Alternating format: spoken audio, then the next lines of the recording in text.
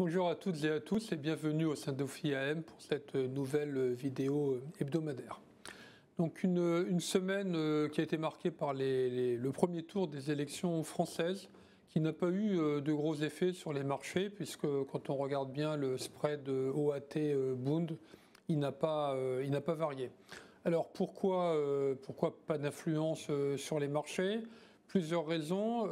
La première, c'est qu'Emmanuel Macron, qui est le favori des milieux économiques, Emmanuel Macron est arrivé en tête du premier tour, face à Marine Le Pen, ce qui n'était pas complètement une surprise à la vue des derniers sondages.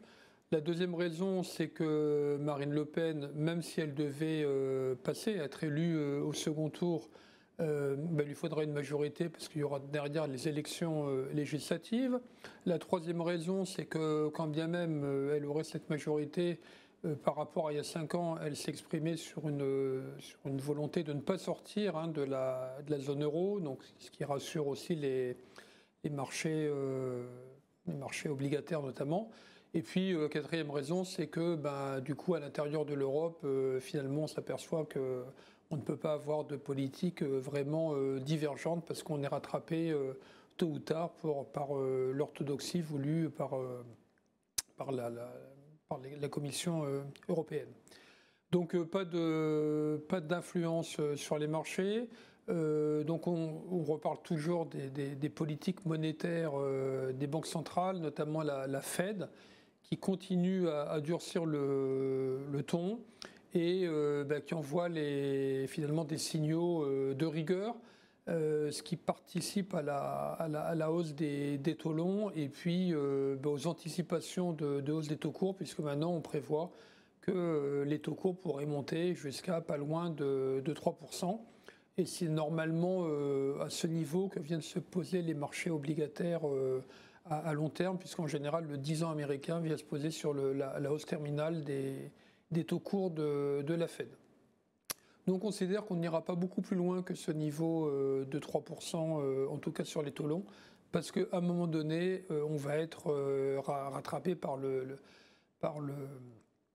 un peu l'impact récessif et de cette hausse des taux, donc de la Fed, et finalement de l'inflation qui, à un moment donné, va commencer à impacter les marges des entreprises et puis le portefeuille du consommateur.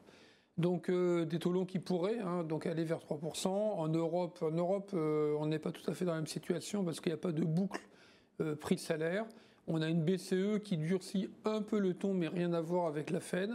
Et là, un taux allemand à 10 ans qui se tend, qui dépasse 0,80%. Mais pour les mêmes raisons, on n'anticipe pas un 10 ans allemand dépassant les 1%, parce qu'à un moment donné, encore une fois, même en Europe, on va avoir un impact récessif. Donc là, c'était pour les politiques monétaires.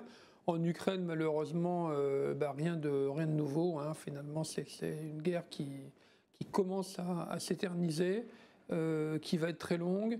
Et même si on sortait, si on peut dire, par le haut, les sanctions risqueraient de durer encore assez longtemps et donc impacter pas mal l'Europe. En revanche, ce qui s'éloigne, c'est les sanctions sur l'importation de gaz russe, parce que tous les pays européens ne sont pas impactés de la même manière, notamment l'Allemagne qui est très dépendante à ce gaz russe. Donc statu quo en Ukraine. Un petit mot sur le Covid qui ne paraît pas être vraiment phare au sein de l'actualité, mais en Chine on continue à confiner et donc là aussi ça pèse sur la croissance chinoise.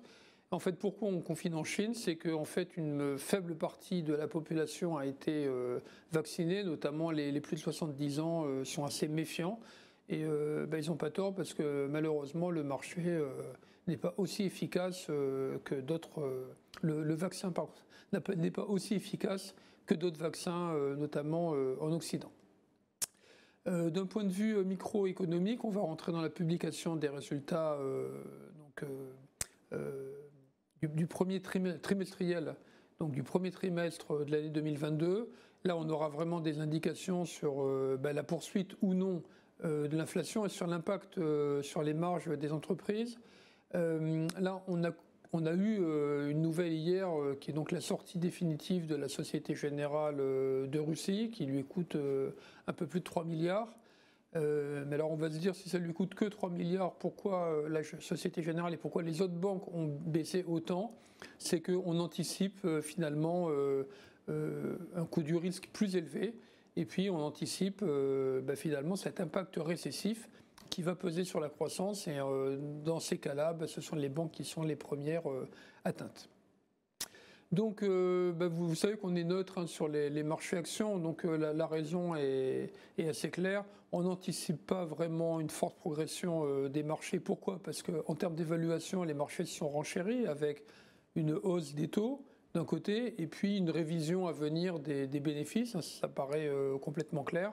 On devrait avoir des bénéfices 2022 quasiment égaux à ceux de 2021. Donc voilà, bénéfices qui sont revus à la baisse, taux qui montent, donc valorisation moins attrayante.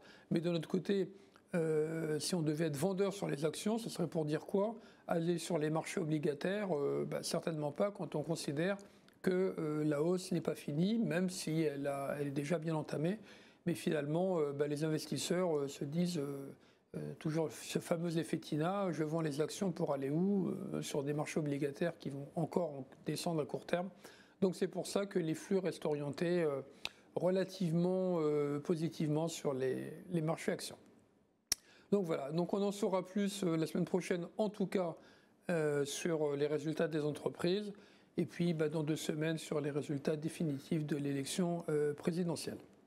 Voilà, je vous donne rendez-vous à la semaine prochaine. Et je vous souhaite à toutes et tous une excellente journée.